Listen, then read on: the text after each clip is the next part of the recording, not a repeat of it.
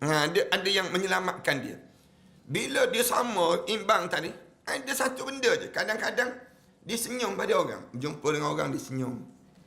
Dan sebab tu Rasulullah kata, jangan pandang lekeh dengan kamu buat amalan senyum pada orang. Wala tahqiranna. Jangan kamu pandang lekeh. Antalqaka akhaka. Bila kamu jumpa saudara-saudara kamu, biwajhin taliqin. Dengan wajah yang ceria. Kamu jumpa dengan orang tu, orang tengok muka kita tu, ceria je, hilang tension orang melihat muka kita. Maknanya orang tengok kita tu gembira je. Kan kita kan ada orang yang kita tengok kawan-kawan muka kawan kita rasa seronok je tengok dia. Kita suka je. Ada orang kalau kita tengok muka dia tu tension dengan kita. Maknanya kita pun jadi tengok muka dia, alah, masalah betul hidup ni. Padahal kita tak ada masalah. Tapi oleh kerana tengok muka cemberut dia dipanggil. Senang ceritanya. Masam je dia tu menyusahkan kita, menyesakkan dada kita. Islam ajar walaupun benda yang kecil, wajah kamu tu yang kamu nampak ceria pada keluarga kamu ke, pada dalam hidup kamu ke, dengan kawan-kawan kamu. Kadang-kadang yang ni je menyebabkan kamu masuk syurga Allah. Bismillahirrahmanirrahim. Alhamdulillahirabbil alamin. Wassalatu wassalamu ala asyrafil anbiya'i wal mursalin wa ala alihi wa sahbihi ajma'in. Subhanaka la ilma lana illa ma 'allamtana innaka antal alimul hakim. Rabbi shrah li sadri wa yassir li amri wa hlul 'uqdatam min lisani yafqahu qawli. Ya alim 'allimna min ilmika kama tarda bihi 'anna. Ya Halim khallikna bi khuluqil hilmi wa haqqikna bi haqa'iqil ilmi. Allahumma 'allimna ma jahilna wa zakkirna ma nassina. Allahumma yassir wa la tu'assir wa tammim bil khair, amma ba'd. Para hadirin yang dihormati sekalian, alhamdulillah kita syukur pada Allah kerana sekali lagi pada hari yang baik ini kita diberi peluang lagi oleh Allah untuk kita meneruskan perbincangan pada muka surat 493 kan. Kita berhenti pada bawah sekali, cerita tentang mengenai satu suasana yang akan kita lalui di padang mahsyar nanti. Bila kita berada di padang mahsyar nanti, di mana umat manusia ni dibahagikan kepada 3 kelompok saja. Manusia ni walaupun bagaimanapun bangsa kita, walau bagaimana sekalipun keturunan kita, tapi kita dibahagikan pada 3 keadaan saja. 3 kelompok saja yang akan terbentuk di padang mahsyar nanti. 3 kelompok inilah yang dimaksudkan oleh para alim ulama. Para ulama mengatakan bahawa pada hari kiamat nanti manusia terdiri daripada 3 kumpulan sahaja, iaitu kumpulan muttaqin, kumpulan orang yang bertakwa kepada Allah. Ini kumpulan yang pertama. Sebagaimana mati pun 3 kelompok ni juga. Bila mati manusia ada 3 je kelompok. Satu kelompok bertakwa pada Allah. Kemudian kelompok yang keduanya orang yang bertakwa pada Allah yang tidak melakukan dosa besar. Kemudian yang kedua je, kelompok yang kedua al-mukhalitun. Al-mukhalitun ni maknanya orang bercampur. Campur dalam hidup dia. Sekejap dia nak jadi baik, sekejap dia nak jadi jahat. Campur dosa dengan pahala. Hidup kita ni jangan kita bercampur, jangan. Bila kita pilih untuk menuju ke syurga, kita kena berusaha untuk diri kita ni jauhkan daripada dosa-dosa. Jangan kita campur. Jangan campur. Bila kita bercampur pada diri mereka dengan kekotoran dan dosa besar, maknanya yang berlaku dalam diri dia ni orang yang beriman, tapi dalam masa yang sama dia ada kekufuran. Dia ada benda yang kufur pada dia. Anda biasa sebut yang golongan kedua ni kufur kat mana? Pada 3 benda je yang terkufur pada seorang ini. Yang pertama, kalau dia jatuh kufur dalam, dia panggil keyakinan pada Islam. Akidah dia panggil. Ini biasanya orang kita ni, dia tercampur dalam masalah akidah. Orang kita ni kan Islam sikit, liberal sikit. Kemudian Islam sikit, nasionalis sikit. Dia campur Islam sikit dengan yang dinamakan dengan sekularis sikit. Islam dia tak boleh macam tu. Bila kita ni Islam, kita jangan campur keyakinan kita dengan agama, pahaman-pahaman lain. Sama ada agama ke, pahaman ke, kerana dia menghilangkan keyakinan kita dengan Allah. Tak boleh. Ni biasanya orang kita ni dia campur. Campur dengan liberal. Dia campur dengan liberal ni kan akhir-akhir ni kita dengar jelas orang kita bercakap tentang apa dia yang liberal ni. Di Malaysia dia boleh sebut, dia kata jangan kaitkan LGBT dengan palu tersebut dia sebut. Jangan kaitkan bencana yang terjadi dengan yang disebut dengan kejadian-kejadian yang memusnahkan itu. Itu dia kata ini suasana alam, bukannya suasana yang disebut dengan bala daripada Allah. Dia sebut demikian. Ini puak-puak liberal. Liberal ni dia macam tu. Dia akan sebut, dia kata Nabi Muhammad tunggu dalam syurga. Menunggu untuk apa dia? Menunggu pengikut-pengikutnya datang dalam syurga. Guru nak pun tunggu dalam syurga juga disebut. Menunggu untuk pengikut-pengikutnya datang. Mahatma Gandhi pun tunggu juga dalam syurga disebut. Ini pahaman di kalangan mereka tersebut. Ni dipanggil puak-puak liberal.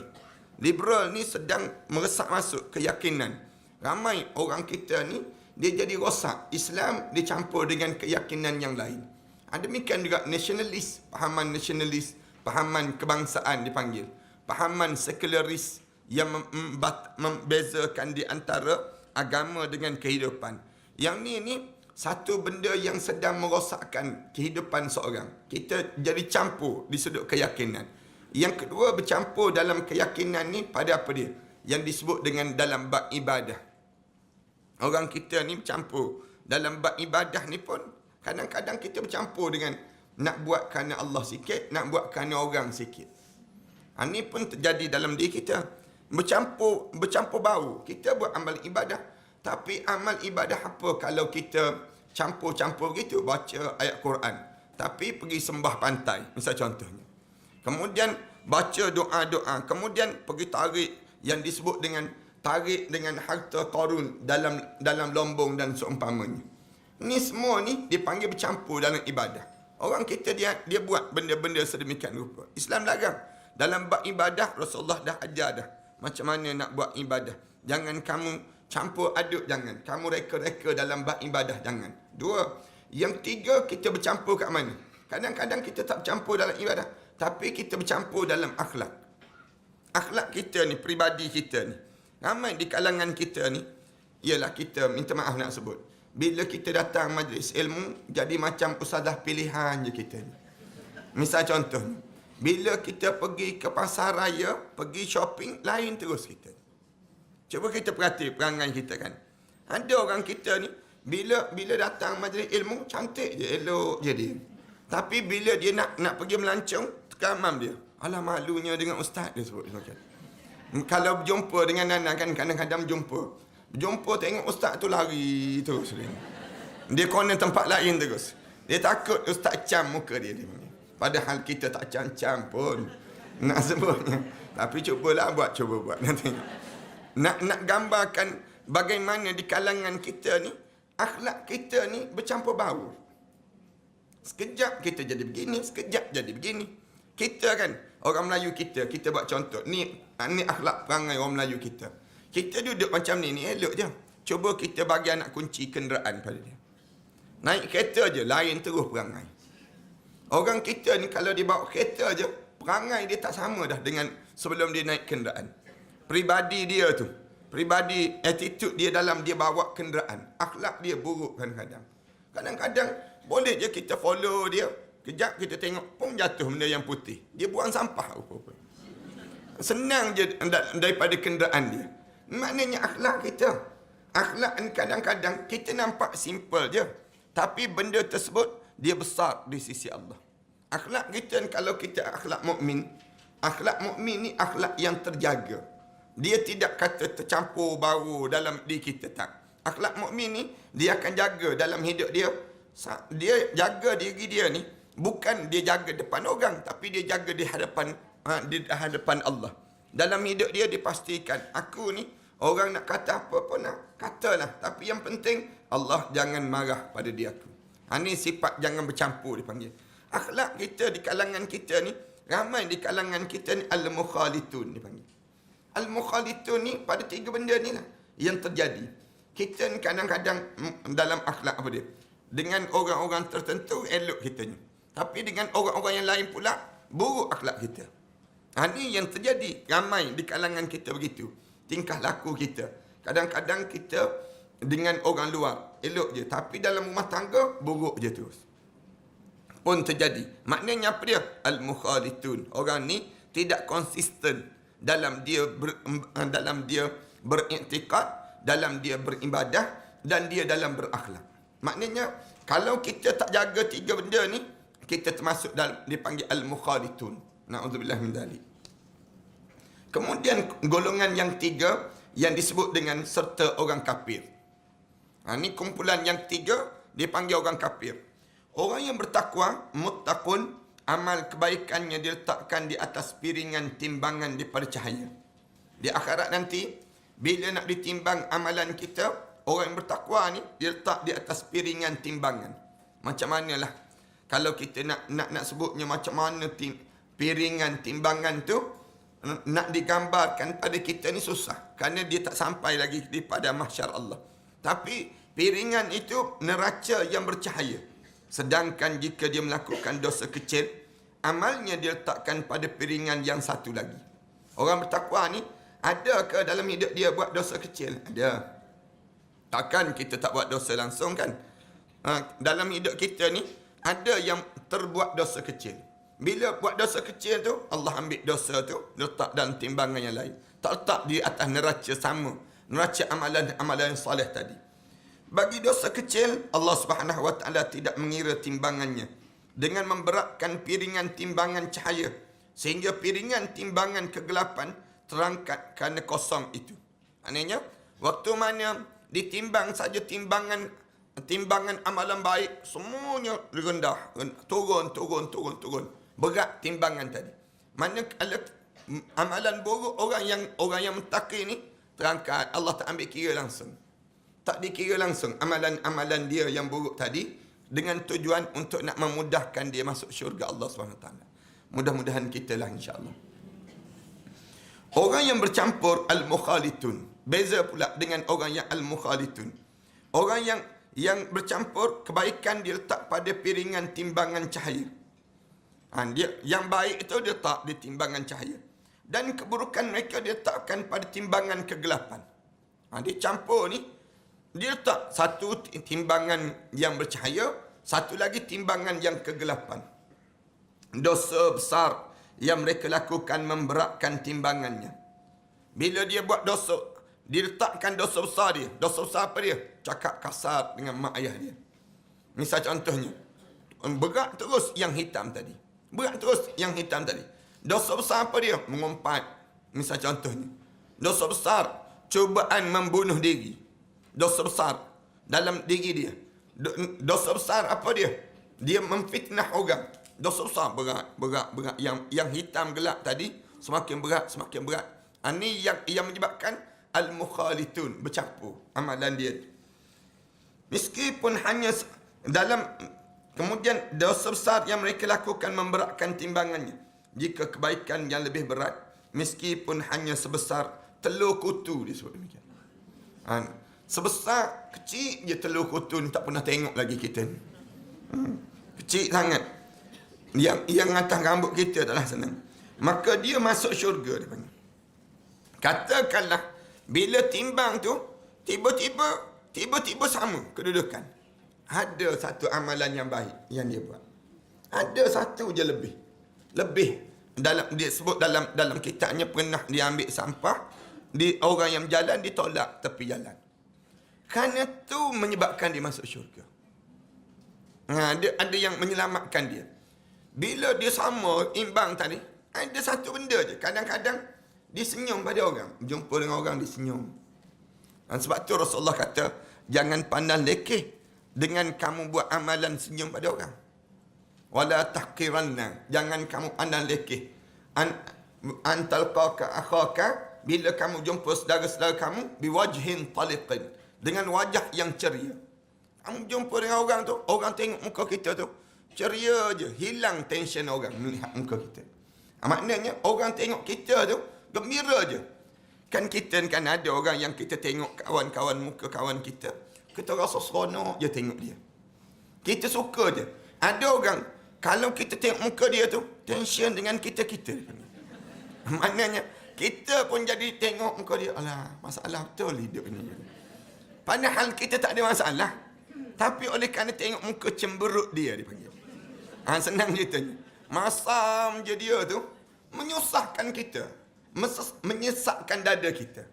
Islam ajar, walaupun benda yang kecil, wajah kamu tu, yang kamu nampak ceria pada keluarga kamu ke, pada dalam hidup kamu ke, dengan kawan-kawan kamu. Kadang-kadang yang ni je menyebabkan kamu masuk syurga Allah. Kadang-kadang benda yang tu je nampak kecil. Jangan kamu sangka benda tersebut benda kecil. Wa tahsabunahu hayyinan wa huwa indallahi azim. Kamu sangka benda tu tak ada nilai, tapi di sisi Allah besar nilai dia. Allah jadikan perkara demikian. Banyak lagi lah amalan-amalan yang kadang-kadang kita pandang kecil, tapi dia menjadikan pahala yang besar pada kita waktu mana bercampur amalan kita tadi. Itu dipanggil demikian. Kemudian, jika kejahatannya lebih berat, katakanlah timbang-timbang tu, bila timbang amalan tu, jahat lebih teruk lagi. Jahat ni lebih banyak lagi pada diri dia. Meskipun hanya sebesar telur kutu juga, maka masuk neraka dululah dia. Masuk neraka juga pada dia. Kalau kita bahasa kita mudahnya apa dia? Markahnya 49%. Tinggal 1% je lagi. 1 je lagi. Tiba-tiba Allah tak cukup. Tak cukup 1 je. Masuk neraka dulu. Masuk neraka dulu pada diri dia. Dosa tu kadang-kadang kita kata, Allah, dosa tu pun nak ambil kira ke? Kita tanya. Dosa yang macam tu nak ambil kira? Tak, Allah ambil kira. Untuk di antara yang baik dan yang buruk yang kamu lakukan itu. Ini maknanya, kadang-kadang kita kan orang lain, dia tengah mengumpat. Orang tengah mengumpat, kita pun lalu. Orang pun ajak, jomlah, join mengumpat. Misal contoh. Orang ajak kita. Kita pun angkat tangan. Naklah, kita suruh. Angkat bahu kita pun, tak naklah. Tu kita nak cakap tentang orang tu. Kita pun tengok orang tu, gitu. Kita tu dah masuk sama dia panggil. Jika mengumpat, senang kitanya. Ini maknanya pada diri kita sampai tahap kita ni nak kena jaga. Nak jaga diri kita ni, janganlah terlibat macam ni. Ataupun dalam hidup kita ni, kadang-kadang kan anda biasa sebut dosa yang paling senang kita buat, dosa prasangka. Prasangka ni ramai orang kita kena. Kita nak kawal macam mana? Sebab dalam tuadan kita kan.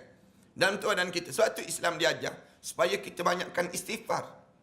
Kenapa kita kena istighfar? Dengan tujuan nak suruh buang prasangka. Kita ni nak prasangka ni mudah je. Tengok jam. Lambat lagi terus Ustaz nak datang tu tak datang tu. Nak senang. Nak buat dosa tu dalam diri kita je. Mudah je dalam hidup kita. Kita nak buat dosa ni senang. Kadang-kadang kita tengok orang lalu kawasan perumahan kita kan. Tengok tu nak merompak rumah mana tu. Kita ni datang buruk sangka tu dulu. Jangan kita nak jadi baik sangka. Kecuali kita ni sentiasa latih diri kita. Payahnya dosa dalam. Sebab tu bila kita baca doa, kita baca Allahumma ighfirli ma qaddamtu wa ma akhartu wa ma asrartu wa ma a'lantu. Ni kita baca, ya Allah, tolong ampunkanlah dosa saya yang lepas-lepas ya Allah. Yang akan datang nanti pun kamu maafkanlah ya Allah. Kemudian yang tersembunyi itu ya Allah, yang tersembunyi. Wa ma a'lantu, yang sembunyi. Wa ma asrartu, benda yang zahir dengan yang batin. Wa ma asrartu, yang tersembunyi. Wa ma anta a'lamu bihi minni, dan apa sahaja yang kamu tahu daripada saya ya Allah. Saya kadang-kadang saya tak perasan benda tu jadi dosa. Kita kan dalam hidup kita kan, kadang-kadang kita bercakap dengan anak menantu kita. Anak menantu kita ni, kita bercakap, dia pun tarik muka terus. Padahal kita bergurau je. Kadang-kadang kita bergurau, tapi perkataan kita tadi menyakit dan menyentuh hati mereka. Pun ada juga dalam hidup kita.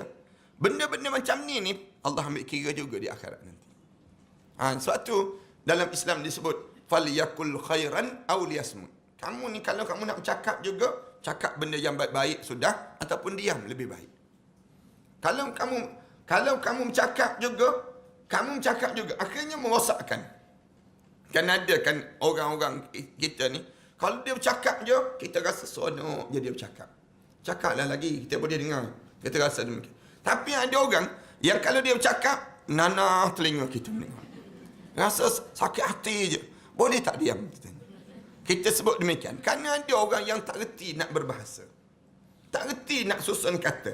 Bila dia tak reti nak susun kata ni, menyakitkan hati orang, kadang-kadang benda ni lah yang menyebabkan kamu terhumban dalam neraka.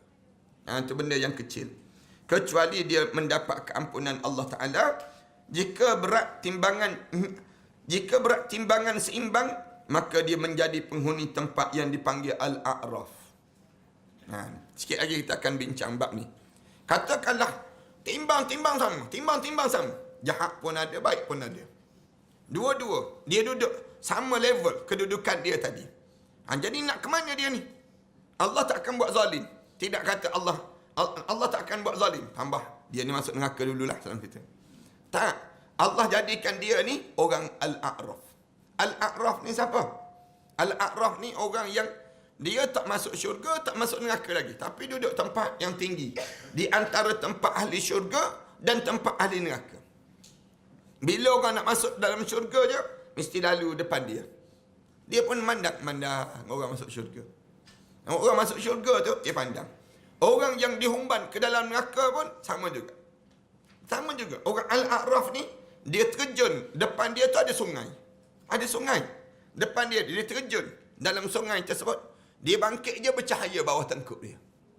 Dia tidak bercahaya wajah dia. Bercahaya bawah tengkuk dia. Orang lain bercahaya wajah. Dia jadi. Kemudian ditunggu. Tunggu sampai semua orang masuk syurga. Semua orang dihumban ke dalam neraka. Barulah dia dibenarkan masuk dalam syurga.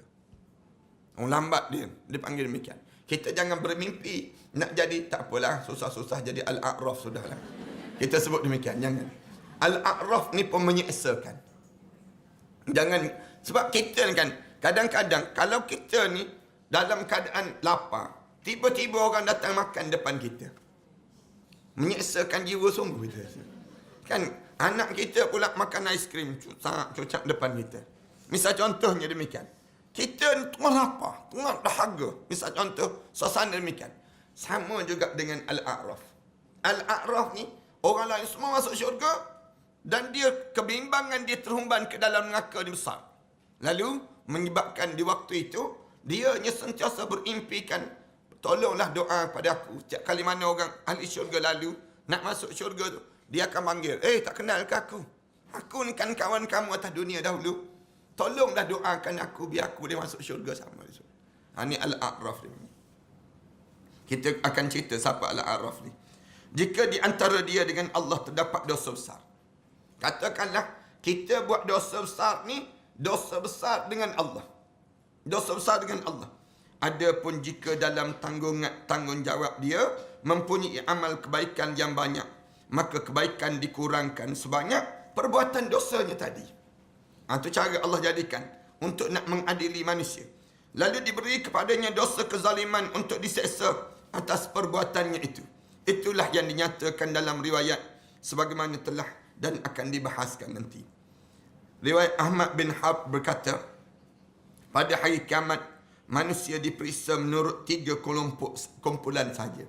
Manusia dalam tiga kumpulan. Iaitu kumpulan orang yang kaya dengan amal soleh. Banyak amal soleh ni. Buat tak berhenti atas dunia. Atas dunia ni kita ni bukan kaya harta tapi kaya amal. Yang ni untung pada diri kita. Orang yang kaya amal soleh ni di kalangan orang yang paling beruntung di akhirat nanti. Kerana banyak amalan soleh. Dia tak peduli orang.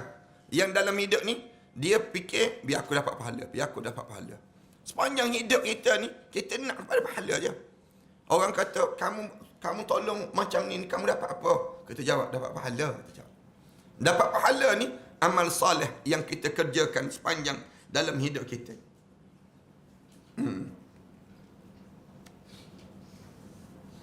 Kemudian, kumpulan yang keduanya, kumpulan yang miskin. Miskin apa? Miskin amalan. Sampai di akhirat tak ada amalan. Yang miskin amalan ni, Bukan di akhirat je.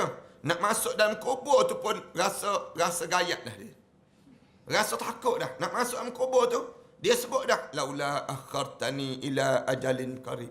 Malaikat, janganlah bagi mati lagi malaikat. Kejap je. Nak buat apa dia? Fa as-saddaqa. Saya nak bersedekah je di jalan Allah. Sekejap je. Dia dah mula miskin, orang miskin. Harta banyak, tapi tak sempat nak bersedekah. Anda biasa sebut demikian pada jemaah kan. Jemaah jangan jadi orang demikian. Nanti miskin kita. Ramai orang kita ni, dia kumpul. Bila dia simpan. Menjelang usia tua dia mati. Menyesal dia. Tak sempat dia nak infak di jalan Allah. Jangan begitu dalam hidup kita. Kita ni, bila kita ni, yang cerdik, bila kita dah sampai dah, kita katakanlah Allah panjang usia kita ni sampai 60 tahun. 60 tahun dah. 60 tahun ni kita dah mula bagi dah. Mula dah kita bahagia. 60 tahun umur confirm untuk mati. Dia panggil demikian. Jangan kita rasa banyak lagi masa, nak enjoy lagi, jangan. Tadi kita, bila sampai usia 60 tahun tu, kita dah mula dah bagi, tanya, nak buat apa lagi amal soleh yang ada. Kita sibuk tanya, amalan apa lagi yang kita boleh tolong, bantu untuk kerja-kerja Islam. Sebab hidup kita ni bukan untuk kita, tapi hidup kita ni untuk agama. Yang ni kena faham konsep dia. Bila kita hidup, jangan kita hidup untuk kepentingan diri. Jangan. Rugi orang yang berfikiran demikian. Dapat duit, sibuk tanya nak makan kat mana dia. Dapat duit, sibuk tanya rumah perlu direnovate tak belum. Dapat je duit dalam hidup, dapat harta benda dalam hidup dia, dia sibuk nak melancong ke mana. Sibuk dalam hidup dia ni, dia ni dengan cara demikian. Padahal, kalau kita dapat saat itu, harta benda yang banyak pun pada itu, tak sesuai pun dengan kita. Jemaah sekalian perhati betul-betul pada diri kita. Bila kita usia kita 60 tahun, 70 tahun, kita nak makan sama tak dengan usia kita 25 tahun dahulu? Tak sama dah. Usia 25 tahun dahulu, kita boleh makan apa saja. Pantang orang hidang. Tolak batu, kayu, PVC dia panggil. Yang kita tak makan. Yang lain tu, bawa datanglah. Tapi bila kita usia 60 tahun, Allah dah bagikan. Allah bagi apa dia? Gigi kita tak kuat sekuat dulu lagi dah. Bihun tu payah nak putus. Nak senang cerita. Yang mi tu, wah kita. Rupa tak ada gigi. Nak sebutnya, pada diri kita ni, saat itu dah tak sesuai dengan kita. Nak makan pun tak berapa sesuai. Pada kita. Kita nak beli pakaian yang cantik-cantik. Macam model-model yang tunjuk tu. Tak ada. Kita bukan, kalau kita pakai pakaian macam model tu, bukan orang nak ambil gambar kita, orang ketawa pada kita. Tak benar. Nak sebut je, tak sesuai lagi dah kita ni. Kita nak berjalan. Tak sesuai lah. Nak berjalan macam usia kita 25 tahun, 27 tahun dahulu. Tak sama dah. Jalan 2-3 langkah, cari kerusi, nak duduk. Jalan 2-3 langkah. Mula kita je kadang-kadang tersandar pada troli kita. Nak sebutnya laju troli pada kita. Ni nak gambarkan pada kita tak sesuai dah dalam hidup kita. Yang sesuai untuk kita apa dia? Kamu gunakan untuk Islam. Ni gunakan untuk Islam. Guna untuk Islam. Nanti kita akan bahagia bila kita menghadap depan Allah. Waktu mana kita masuk dalam kubur tu, kita rasa alhamdulillah aku sempat juga aku beramal ibadah. Sempat je orang aku lakukan demikian. Kemudian kumpulan yang miskin. Dan ketiga, kumpulan yang kaya dengan amal soleh, sedangkan dalam tanggungjawab dia menjadi orang miskin dan juga rugi. Banyak amal soleh, tapi dia ni banyak hutang dengan orang. Banyak maksudnya, dia ni amal soleh banyak, sama banyak dia panggil. Dia buat benda yang baik pun buat, tapi buat jahat pada orang pun buat juga. Ia menyebabkan amalan dia tu bila masuk dalam kubur, sampai di akhirat tu, dia kena yang Rasulullah sebut, atadruna manil muflis. Kamu kenal tak siapa orang muflis di kalangan kita? Sahabat-sahabat sebut, man la dinaran wala dirhaman. Orang yang tak ada duit, tak ada sen, tak ada ringgit, tak ada pada diri dia. Rasulullah kata tak. Orang yang muflis ni, yang tu memanglah muflis di dunia. Tapi muflis ni, orang yang datang dengan pahala-pahala yang banyak, sampai di akhirat, dia ambil dia ambil pahala dia, dia bagi pada orang. Bila dia bagi pahala dia pada orang, dah habis pahala dia, dia ambil dosa-dosa orang, pikul untuk diri dia. Yang inilah orang yang dipanggil orang yang miskin. Nampak gaya kaya, tapi dia menjadi miskin di pada mahsyar Allah Subhanahu Wa Taala. Na'udzubillah min dzalik. Kita ni janganlah kena jadi demikian. Habis amalan-amalan. Pergi. Kita ni, yang siapa yang tuntut kita? Kita kan, siapa nak tuntut? Pasangan hidup kita. Pasangan hidup ni akan tuntut kita. Di akhirat nanti, bila kita berjalan nak pergi nak masuk dalam syurga tu, orang yang pertama sekali tahan kita siapa dia? Isteri kita. Isteri tahan dulu. Bang, laju je. Nak mana ni? Nak dia tahan kita. Kita menjawab, nak masuk syurga? Nak masuk syurga? Syurga bang. Abang cuba tengok belakang saya ni. Abang nak masuk syurga? Abang, suami saya tahu. Atas dunia dahulu.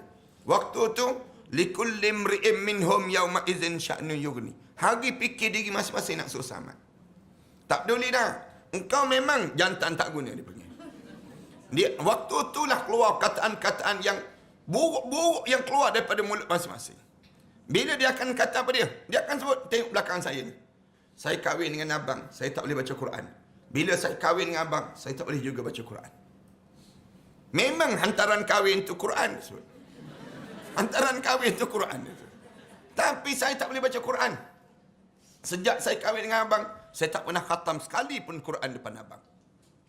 Tanya yang tu, terdiam terus. Allah kata. Abang tak pernah dengar pembacaan semayang saya. Abang tak pernah kejutkan saya. Abang tak pernah. Mula si isteri dulu dakwa suami. Lepas tu suami sebut ada isteri. Diam. Engkau ni beleti sampai ke akhirat. nak sebutnya demikian. Ambil dosa-dosa. Ambil pahala aku ni engkau bagi. Ambil ni pahala ni. Bagi. Aku ni banyak pahala. Aku pergi masjid. Aku bagi dahulu. Bagi tu sama rata tu bagi. Boleh sama lagi berjalan dua-dua orang masuk syurga. Nak masuk syurga.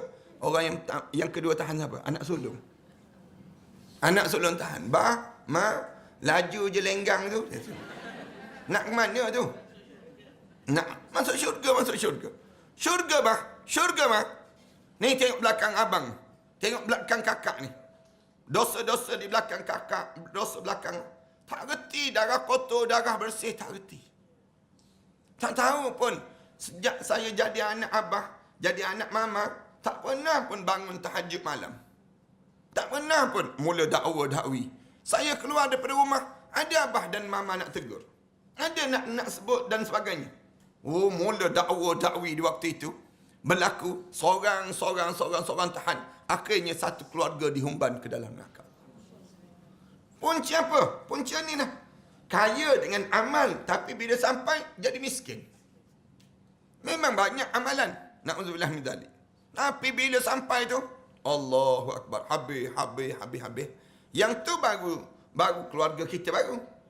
Tak kira lagi dengan adik-beradik. Tak kira lagi yang seorang-seorang nak dakwa kita. Semua cari pahala. Semua nak suruh selamat daripada mahsyar Allah. Tak ada dah. Isteri, suami tak ada. Sebab tu dipanggil, bila kita mati, dipanggil cerai mati. Bila mati tu, habis. Tak ada hubungan. Tak ada hubungan. Jadi polemik di kalangan ulama bincang. Isteri bila suami mati, boleh cium lagi tak suami? Boleh, sebab dianggap telah bila mati saja bercerai. Putus terus. Maka di waktu tersebut, isteri boleh sentuh lagi tak suami? Itu dibincang oleh alim ulama dalam perkara demikian. Nak tahu yang ni kita bawa pisang dua tandan. Nak gambarkan tentang mengenai bagaimana hukum itu sendiri. Maknanya apa dia? Kita ni waktu hidup je kita menumpang. Kita hidup ni tak payahlah kita je sibuk dengan I love you, you love I. Tak payah. Buat menyesal je kita nanti. Dalam hidup kita ni, kita sayang pada awak kerana apa dia? Ana uhibbuki fillah. Saya cinta pada awak kerana Allah. Allah yang suruh. Yang ni tidak diajar oleh Barat. Barat diajar pada dia, saya sayang pada awak, awak sayang pada saya. Itu cara. Islam tak. Islam, saya sayang kerana Allah yang suruh sayang pada kamu. Yang menyebabkan hidup kita ni hanya dengan Allah. Keutamaan kita Allah. Bila kita keutamaan Allah, kita tak kisah apa yang terjadi. Yang lain tu, kalau terjadi apa-apa pun, aku tak peduli lah. Yang penting, aku dengan Allah keutamaan. Kita hanya menumpang je. Sekarang ni kita menumpang je. Sebab tu Islam larang. Jangan kamu meratap. Jangan kamu merauh. Waktu mana berlaku kematian, pasangan hidup. Jangan. Kenapa? Kerana bila kamu meratap, kamu tak terima qada dan qadar Allah. Itu ditimbul daripada situ. Islam larang. Jangan kamu macam orang jahiliyah. Ambil pukul muka. Bila suami meninggal dunia, pukul muka, kemudian meraung-raung. Rasa bersalah dan macam-macam gaya. Orang tanya, salah apa? Dia tak sempat makan rebung-rebus tadi. Nak sebutnya, dia minta supaya diurut, tak sempat nak diurut. Dia minta untuk hantar. Jangan. Dalam hidup ini, hanya kerana Allah. Cinta kita tak kerana Allah dalam hidup. Bila kerana Allah kita sanggup suruh buat apa yang disuruh oleh Allah. Yang tu yang terjadi dalam hidup kita. Payah kita nak buang ni kan. Sebab dia dah melekat lama dah kita ni. Kita ni melekat. Cinta sama makhluk ni kuat dalam diri kita. Sehingga kita terlupa kepada Khalik dalam hidup kita. Kemudian disebut lagi. Sufyan Ats-Tsauri berkata, kamu akan menemui Allah Subhanahu Wa Taala dengan 70 dosa antara kamu dengannya. Kamu jumpa dengan Allah di saat mana kamu membawa 70 dosa besar kamu dengan dia. Yang menjadikan kamu lebih hina daripada kamu menemuinya dengan melakukan satu dosa kepada hamba yang lain. Dosa kamu bawa tu. Satu dosa kamu dengan manusia menjadikan nilai kamu 70 dosa kamu dengan Allah SWT. Maknanya nak dibandingkan itu pada diri kamu, mana yang lebih satu je kamu buat dengan manusia dibandingkan dengan 70 dosa yang kamu bawa di depan Allah. Hinanya kamu saat tersebut. Atau nilai pada diri kamu saat tersebut. Pendapat ini benar kerana Allah Subhanahu Wa Taala Maha Kaya dan Maha Mulia. Sedangkan manusia fakir dan juga miskin. Kerana apa dia? Kerana hina kita dengan 70 dosa ni. Kita kata, Ustaz, hina macam mana sepatutnya? Hina dengan satu dosa ni lah kita sebut. Kerana nak jadi dosa kita dengan Allah ni jadi payah. Kita nak buat dosa dengan Allah ni kan. Dosa dengan Allah lebih payah daripada dosa. Nak buat dosa dengan manusia. Manusia mudah je. Dengan makhluk mudah je kita buat dosa. Tapi dengan Allah, Allah tak semudah itu menulis dosa-dosa kita. Anda biasa sebut kepada jemaah kan. Kita ni kalau kita niat nak buat benda yang baik. Niat je. Pagi tadi, kita bangun daripada tidur. Kita ingat. Allah pagi ni, pagi Jumaat, rasa nak pergi dengan kuliah Ustaz Ahmad Dasuki lah. Misal contoh kita demikian. Kita dah dapat pahala. Allah dah tulis dah 10 kebaikan untuk diri kita. Kita pun bingkang bangun. Pergi bilik air, kemas, siap pakaian, semua. Allah tulis pahala, tulis pahala, tulis pahala. Tulis dah pahala. Kita pun jalan, pergi. Orang ajak kita, tak payahlah pergi dengan kuliah Ustaz Ahmad Dasuki. Dia lambat sampai. Misal contoh. Orang sebut demikian. Kita pun jalan juga. Allah tulis pahala. Tulis pahala. Sampailah habis kita belajar. Semua pahala. Pemurahnya Allah. Tapi, cuba kita bangun daripada tidur. Pening kepala. Kenapa ni? Tak mengumpat lagi lah ni. Misal contohnya. Bangun tu bingung. Nak mengumpat lah. Kita pun telefon SMS kawan kita. Ada kat mana? Jom kita mengumpat. Misal contohnya. Allah tulis pahala. Dosa? Tak. Allah tak tulis dosa. Tak tulis lagi dosa. Kemudian kawan kita kata, jom. Panggillah dalam grup kita. Jom kita jumpa. Kita nak mengumpat ni. Bersiap sedia, segar sikit, senaman sikit. Nak pergi mengumpat misal contohnya.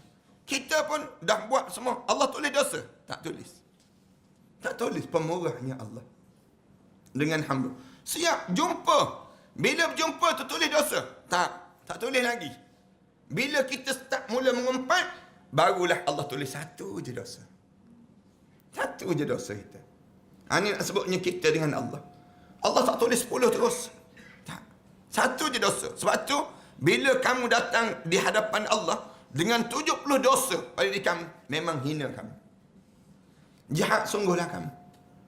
Kerana pemurahnya Allah itu mengatasi daripada pemaafan, disebut dengan keampunan Allah itu mengatasi daripada yang namakan dengan dosa-dosa yang kamu lakukan itu. Cuma kita ni ego je, ego. Maka kita buat contoh yang mudah kan. manusia ni, kita buat, anda biasa buat contoh yang mudah. Kita buat benda yang baik, buat baik dengan orang. Satu hari, kita buat sekali je kesilapan dengan dia. Habis kebaikan kita sebelum daripada ni. Kita ni buat elok je dengan dia. Kita susun dia. Satu hari, ada satu benda je kita buat silap dengan dia. Dia akan padamkan semua kebaikan-kebaikan kita. Yang sebelum daripada ni. Beza dengan Allah. Allah, kita buat dosa menimbun. Banyak mana pun. Satu hari, mulut kita sebut Rabbi firli. Menitis air mata kita ni. Dia menitis. Ya Allah, ampun dosaku ya Allah. Sekali je, habis segala dosa-dosa sebelum daripada ni. Tengok maknanya pemaafnya Allah. Tapi manusia ni, dia rasa ego. Sombong dalam hidup. Sombong dalam hidup tu, yang menyebabkan kita jadi payah nak buat benda yang disuruh oleh Allah. Nak minta ampun pada Allah. Tak. Aku tak minta ampun. Kenapa? Kerana aku tak buat dosa. Nak minta ampun apa? Yang ni yang sombongnya di kalangan kita. Payahnya kita dengan Allah SWT. Kerana Allah maha kaya dan maha mulia. Sedangkan manusia fakir dan juga miskin. Jika pada hari itu dia melakukan kesalahan, maka dia memerlukan kebaikan untuk menghapuskan kesalahannya. Sehingga kan timbangannya menjadi berat. Lalu bertambahlah kebaikan dan pahalanya. Bertambah kebaikan dan pahala. Adapun orang kafir, kekafirannya diletakkan pada piringan timbangan keburukan. Namun tidak ada satu pun kebaikan yang diletakkan pada piringan timbangan yang lain. Sehingga tetap kosong. Lalu Allah SWT memerintahkan masuk ke dalam neraka untuk diazab sesuai dengan dosa dan kejahatannya. Orang kafir kan? Allah balas bila pada dia? Kebaikan dia. Dekat nak mati. Dekat nak mati itu Allah balas kebaikan. Satu orang kafir, bila dekat nak mati, kita tengok mudah je dia mati. Kadang-kadang kita tengok tu, dia relax je. Hai, bye-bye. Mati tu. Dia, misal contohnya. Dia ni mudah sangat. Allah, kita kata, husnul khatimah ke dia? Tak. Allah dah balas semua kebaikan dia dekat dengan kematian dia. Yang menyebabkan, yang dia bawa tu, semua dosa-dosa. Yang ni yang menyebabkan dia terhumban ke dalam neraka Allah SWT. Na'udzubillah min dzalik.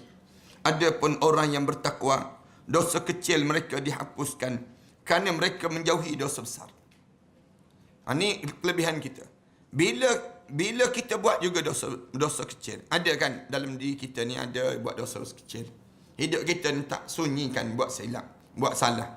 Tapi bila kita tak nak buat benda yang jahat, Allah hapuskan dosa kecil tadi. Kita tak nak buat. Orang ajak, jom pergi karaoke misal contohnya. Alah, tak nak lah. Kita sebut demikian, tak nak lah. Kawan kita ajak, jomlah. Sekejap je. Kita pergi tempat macam tu. Tak, saya tak nak buat. Dia sebut. Allah hapuskan dosa-dosa kecil kita. Itu benda yang demikian. Dalam hidup kita ni, ada orang ajak kita, jom kita sibuk. Tak payah solat. Misal contohnya. Tak payah solat. Kita kata, tak boleh. Saya orang Islam. Saya kena solat juga. Macam-macam mana pun, hidup saya ni seorang Muslim. Saya kena jaga perintah Allah. Kita solat juga. Kawan kita, tak apalah kau nak solat, engkau solat je lah. Aku nak tunggu je engkau kat sini. Kita solat. Hapus dosa-dosa kecil kita sebelum ni. Ada dosa-dosa yang kita lakukan itu. Dengan kelebihan. Yang sebab tu Allah SWT sebut, Innal hasanatu yuzhibnas sayyiat. Bila kamu buat benda yang baik, dia menghapuskan benda yang buruk dalam hidup kamu. Kita datang tadi kan, jalan je kita berjalan. Tiap-tiap langkah yang kita berjalan tu Allah hapus dosa-dosa kita. Dosa-dosa kita yang sebelum daripada ni banyak je kita buat salah itu, salah ni. Tiap kali mana kita hadir majlis ilmu, Allah buang dosa ni. Itu cara demikian. Kemudian Allah gantikan sebuah istana dalam syurga Allah. Untuk orang yang rajin dan setiap langkah dia tu Allah sediakan sebuah istana dalam syurga Allah. Tapi jangan pula berjalan melangkah kecil-kecil je lepas. Orang tanya kenapa? Dosa banyak sangat. Nak istana banyak sikit. Mereka diperintahkan masuk ke syurga untuk mendapatkan pahala sesuai dengan kebaikan dan ketaatannya. Nah, Tuan kita sebut demikian. Kita di akhirat nanti masuk syurga lah. Kenapa? sesuai dengan diri kamu kebaikan yang kamu lakukan. Dua golongan inilah yang kafir dan yang bertakwa, yang dinyatakan oleh Allah Subhanahu Wa Taala dalam beberapa ayat yang berkaitan dengan soal al-mizan. Dipanggil timbangan di akhirat. Allah Subhanahu Wa Taala tidak menyatakan kecuali orang yang berat timbangannya dan orang yang ringan timbangannya. Orang yang berat timbangannya kebaikan ditetapkan bernasib baik, dan kehidupan yang diredai, dan orang yang ringan timbangan kebaikan ditetapkan kekal dalam neraka, dan mereka dinamakan kafir. Tinggallah orang yang bercampur kebaikan dan dosanya sebagaimana dijelaskan oleh Nabi sallallahu alaihi wasallam itu. Adapun penimbangan amal orang mukmin yang bertakwa bertujuan untuk menunjukkan keutamaannya, sebagaimana penimbang amal orang kafir untuk menghina dan merendahkannya. Kita tanya, nak timbang apa dah baik dah orang tersebut? Dah baik dah, nak timbang untuk apa lagi? Tak, Allah nak tunjuk bagaimana dengan tujuan nak tunjuk ni kesan daripada kamu taat. Manakala orang kafir, kita kata buat menghabis masa je timbang amalan orang kafir. Kita sebut demikian. Tak, tujuan Allah timbang juga, Allah nak hina orang kafir tersebut. Ada juga yang sebut demikian. Tuan kita sebut demikian. Penimbangan amal orang yang bertakwa untuk menyatakan kebaikan keadaannya dan menunjukkan bebas daripada semua perbuatan jahat, serta menghias urusannya kepada mereka yang melihat, supaya orang tengok, oh cantik amalan dia. Macam kita kan, kalau masuk dalam pertandingan melukis misal contoh, siap je, nombor 1 dia letak ditampal, nombor 2 ditampal, nombor 3 ditampal, dengan tujuan orang pandang. Orang tengok, oh patutlah dia dapat nombor 1 pun. Cantik sungguh amalan dia. Cantik sungguh lukisan dia. Oleh orang yang keburukan dan amal solehnya bercampur, hingga dia masuk dalam neraka, akan dikeluarkan dengan syafaat, sebagaimana kita akan terangkan dalam bab syafaat nanti insya-Allah. Kemudian jika ditanya lagi, tanya apa dia? Dikatakan bahawa Allah Subhanahu Wa Taala memberitahu bahawa manusia dihisap dan amal perbuatan mereka dibalas oleh Allah Subhanahu Wa Taala, menyatakan akan memenuhi neraka Jahannam dengan jin dan juga manusia. Tetapi Allah tidak menjelaskan mengenai hisap dan pahala para jin pula. Puak-puak jin macam mana puak-puak jin? Ni cerita orang je ni. Manusia je, jin.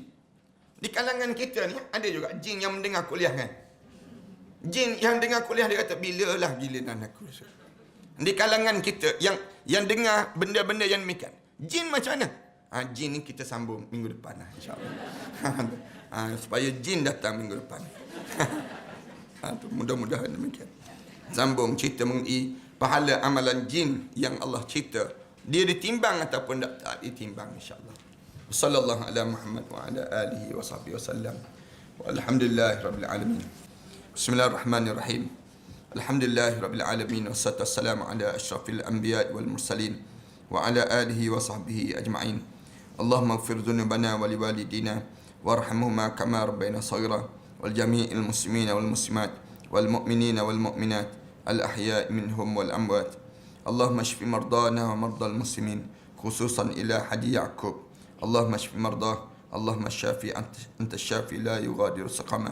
Allahumma ighfir dhunubana wa li abaina wa li ummahatina wa li ajdadina wa li masyaikhina wa li jami'il muslimina wal muslimat wal mu'minina wal mu'minat al ahya'i minhum wal amwat. Rabbana ja'alna muqimas salah wa min dhurriyyatina rabbana wa taqabbal du'a. Rabbana atina fid dunya hasanah wa fil akhirati hasanah wa qina azaban nar. Walhamdulillahi rabbil alamin.